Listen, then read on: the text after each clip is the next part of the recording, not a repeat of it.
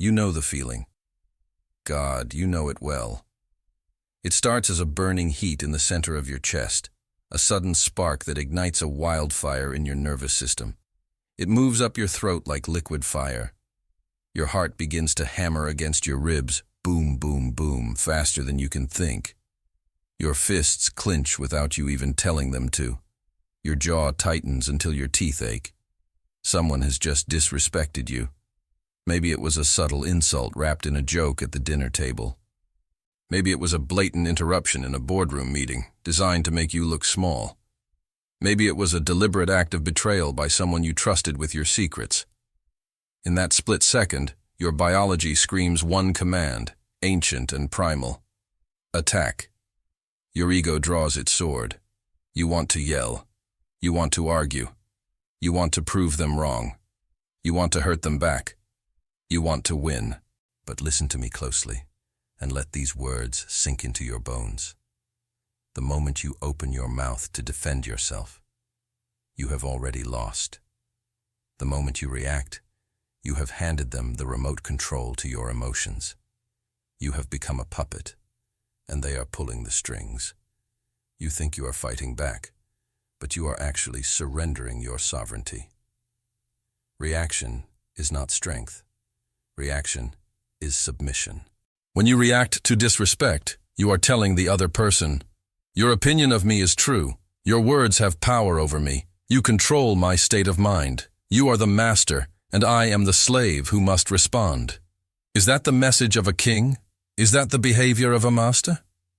The ancient Shaolin masters understood a secret that modern society has completely forgotten. They knew that the greatest weapon against disrespect is not a louder voice. It is not a sharper insult.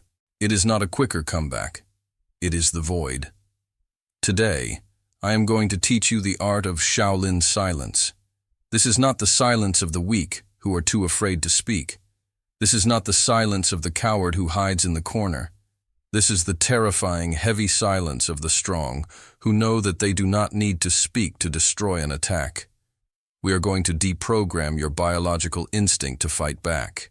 We are going to replace your reactive anger with a mirror so polished, so cold, and so hard that when people try to throw their garbage at you, it will bounce back and hit them in their own face. If you can master this, if you can learn to stand in the fire without burning, you become untouchable. Let us begin the training. First, let us dissect the trap. We must understand the mechanics of why you get angry. Why do people disrespect you?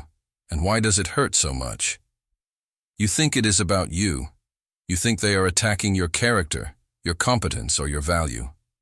You tell yourself, they are disrespecting me. This is the illusion. This is the lie your ego tells you to keep you trapped in the cycle of conflict. In the vast majority of cases, disrespect has absolutely nothing to do with you. You are just the screen upon which they are projecting their own internal movie of misery. Happy people do not go around destroying others. People who are full of value do not need to steal value from you. People who are at peace do not need to start wars. Disrespect comes from a place of lack. It comes from a deep, internal vibration of not enough. There is an ancient Taoist story that we study in the temple. It is called the empty boat. I want you to visualize this with me. Close your eyes for a second if you can. Imagine you are rowing a small wooden boat across a foggy lake. The water is calm. The mist is thick. You are at peace. Suddenly, out of the fog, another boat comes crashing into yours. Bang! The impact shakes you. You almost fall into the cold water. Your boat is scratched. Instantly, rage fills you. You stand up, your face red, ready to scream at the idiot who crashed into you. You are ready to curse his family, his ancestors, and his driving skills. You take a deep breath to yell. But then, you look closely at the other boat, and you see that it is empty. There is no one rowing it. It simply drifted loose from the dock, and the wind blew it across the lake until it hit you. What happens to your anger? It vanishes instantly. Why? Because there is no one to blame. There is no enemy. It was just an event. It was just physics. The anger collapses because there is no target for your ego to latch onto. You simply push the boat away and continue rowing. Now imagine the same scene. The boat crashes into you. Bang! You look up, and this time, you see a man in the other boat, and he is laughing at you. The anger explodes. You want to fight him. You want to ram his boat. You want justice. The crash was exactly the same. The damage to your boat is exactly the same. The inconvenience is exactly the same. The only difference is your perception of intent. Here is the lesson the master learns, the lesson that changes everything. Everyone is an empty boat. The person who insults you at work? They are an empty boat, drifting in the winds of their own stress, their insecurity, their fear of losing their job. The partner who screams at you? They are an empty boat, filled with the water of their past traumas, their unhealed wounds, their childhood pain. They are not navigating consciously. They are not plotting against you. They are being pushed by the storms inside them. They are out of control. When you understand this, you stop taking it personally. You stop seeing a villain. You see a victim of their own lack of control. The low-value man sees an insult and thinks, he is attacking me. So he attacks back. He steps into the trap. He lowers his vibration to match the vibration of the aggressor. Now, there are two fools arguing in the middle of the lake. The high-value man sees the insult and thinks, ah, this boat has come loose. It is crashing into things because it has no anchor. He does not get angry at the wood. He does not scream at the wind. He simply maneuvers around it. This does not mean you are weak. It means you are awake. Reaction is a trap designed by the ego. The ego wants to be right. The spirit wants to be free. Every time you argue with a fool, you prove that there are two fools. But I know what you are thinking. Shi Heng, this sounds nice in philosophy, but in the real world my blood boils. My brain gets hijacked. Let's talk about the science of that hijack. When you are disrespected, a part of your brain called the amygdala takes over. This is the lizard brain. It is responsible for survival. It perceives a rude comment the same way it perceives a tiger jumping out of the bushes. It floods your body with cortisol and adrenaline. It shuts down your prefrontal cortex, the part of your brain responsible for logic, reason, and strategy. This is why, when you get angry, you say stupid things. You say things you regret 10 minutes later. It is because you are literally not thinking. You are reacting like a frightened animal. The Shaolin silence is the tool we use to re-engage the prefrontal cortex. It is the manual override for your biology. So, you have realized the boat is empty. You have stopped the internal explosion. Now, we must move to the external action. What do you actually do when the disrespect happens right in front of your face? When the insult is hanging in the air? This brings us to the second gate, the protocol of active silence. There is a misconception that silence is passive. That silence means you are taking the abuse. That silence means, I have nothing to say. This is false. There are two types of silence. There is the silence of the mouse, who is terrified of the cat. This is the silence of submission. You look down, you shrink, you hide, you hope they stop. This invites more abuse. And then, there is the silence of the tiger. The tiger is silent before it strikes. The tiger is silent because it has no fear. The tiger is silent because it is assessing the prey. This is active silence. It is not a lack of action. It is a deliberate, heavy, crushing action. Here is the technique. I want you to memorize this protocol.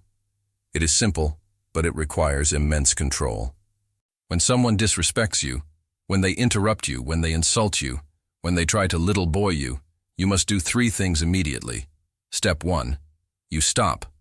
You stop moving. You stop nodding. You stop smiling. You freeze your physical vessel completely. Most people, when they are nervous or attacked, they fidget. They laugh nervously to ease the tension. They touch their face. They look at the floor. This signals insecurity. This signals that the arrow hit the target. The master becomes a statue. Absolute stillness. You ground your feet into the earth. You align your spine. You become the mountain. Step 2. The 3-second void. Before you even think about responding, you must count to 3 in your head. 1, 2, 3. In the rhythm of a normal conversation, 3 seconds is an eternity. It breaks the flow.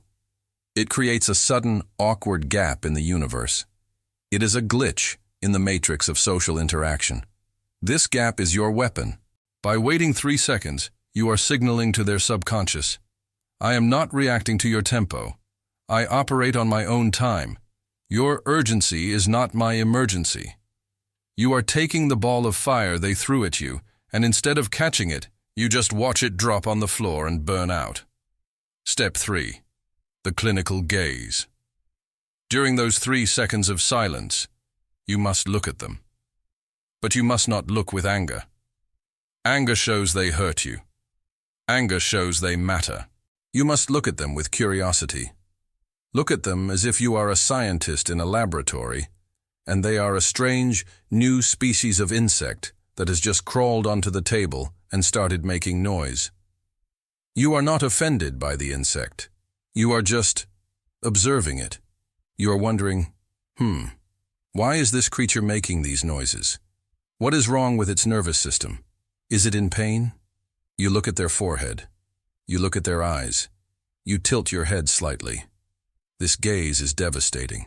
It deprives them of the reaction they crave and replaces it with judgment.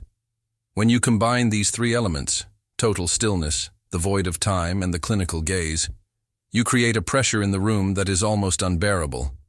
You are not fighting them. You are holding up a mirror. And this leads us directly into the 3rd gate, the psychological ricochet. You must understand the physics of human aggression. When someone attacks you verbally, they are looking for resistance. They want you to push back. It is like a game of tug-of-war. They pull the rope, expecting you to pull back. That tension is what keeps the game going. That tension validates their ego.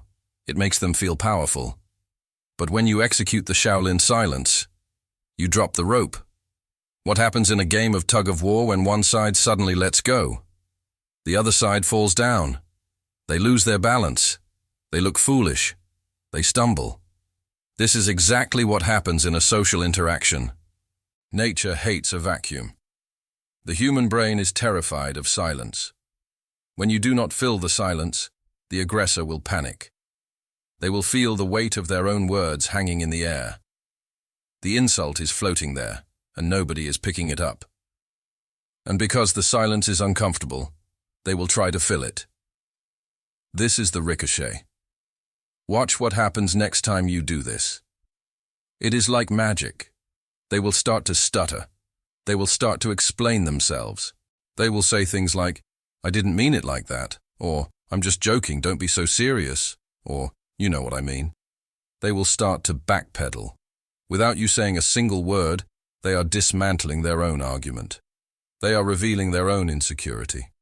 They are exposing their own empty boat. There is a story of the Buddha that illustrates this perfectly. One day, a very angry young man came to the Buddha.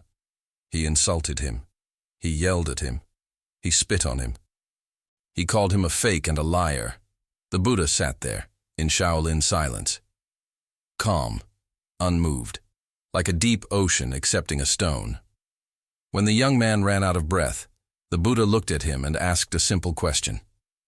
If you buy a gift for someone, and that person refuses to accept it, to whom does the gift belong? The young man was confused. He said, well, if they don't accept it, it still belongs to me. And the Buddha smiled and said, exactly. You have brought me a gift of anger and insults. I do not accept it. So it still belongs to you. Take it home. This is the power of the ricochet. When you are silent, you are refusing the gift. You are letting them hold their own poison. The more they talk to fill the silence, the weaker they become. And the longer you remain silent, the stronger you become. You are the gravity in the room. They are the satellite spinning out of control. I have seen masters defeat opponents without lifting a finger, simply by letting the opponent exhaust himself against the wall of silence. The insult that was meant to hurt you bounces off your stillness and hits them. They feel the awkwardness.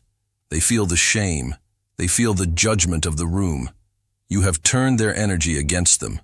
This is the essence of Kung Fu. To use the opponent's force to defeat the opponent. But be warned, this technique is intense. It requires you to be completely grounded. If you are silent on the outside, but screaming on the inside, they will feel it. Your eyes will betray you. Your micro-expressions will show fear. That is why the empty boat visualization from the first gate is so important. You must genuinely feel that they are irrelevant. You must genuinely feel that their opinion is dust. When you look at them with that cold, detached, scientific curiosity, you are stripping them of their power.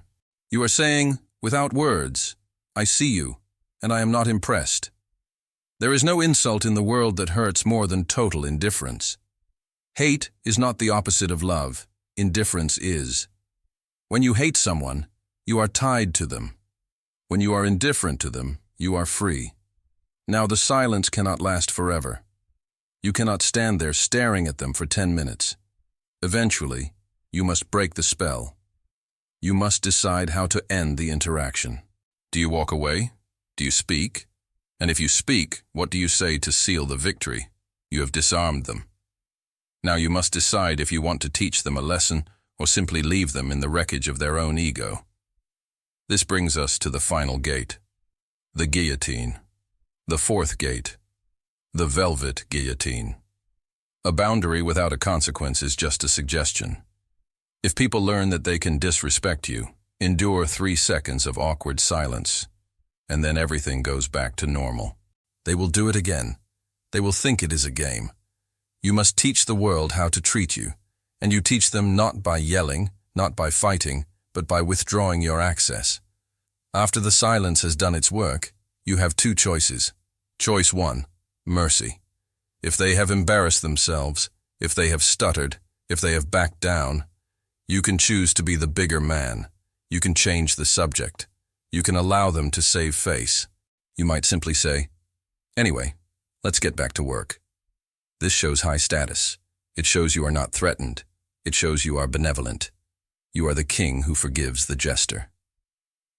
Choice 2, the guillotine. But if they persist, if they are toxic, if they refuse to respect the line, if they try to double down on the insult, then you execute strategic withdrawal. You do not make a scene. You do not slam the door. You do not flip the table. You simply remove the greatest gift you can give them, your presence. You might say, calmly and quietly, looking them right in the eye, I think we are done here. Or you might say nothing at all. You simply turn your body and walk away. This is the guillotine. It is soft like velvet because you are not angry, but it is sharp like steel because it is final. When you walk away from disrespect without looking back, you send a message that echoes in their mind for days. You are saying, my peace is too expensive to be bought with your cheap drama. You are saying, access to me is a privilege, not a right, and you have just lost that privilege. This is the ultimate form of self-respect. The Shaolin master does not need to win every battle. He only needs to protect his peace. If the environment is toxic, the master flows like water to a new place. He does not argue with the sewage. He leaves it behind. So, my friend, the next time the fire of disrespect comes your way, and it will come, do not be the gasoline. Be the water. Do not be the leaf that blows in the wind. Be the mountain that breaks the wind. Remember the steps. See the empty boat. Realize it is not about you. Enter the 3-second void. Break their tempo. Apply the clinical gaze. Observe the insect. Let the ricochet destroy their confidence. And if necessary, drop the velvet guillotine and walk away. When you master this, you will notice a change in the atmosphere around you. People will respect you more, but they won't know why. They will feel a weight in your presence. They will feel that you cannot be rattled. You will no longer be a slave to your impulses. You will be the master of your fate.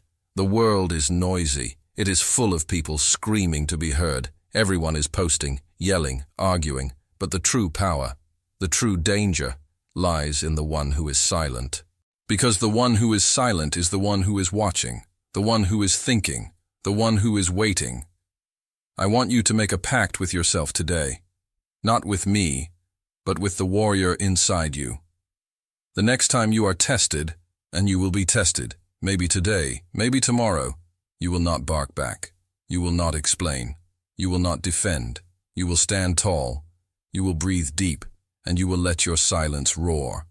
If you are ready to master this art, if you are ready to trade your reaction for your power, I want you to leave a mark in the comments below, a seal of your commitment.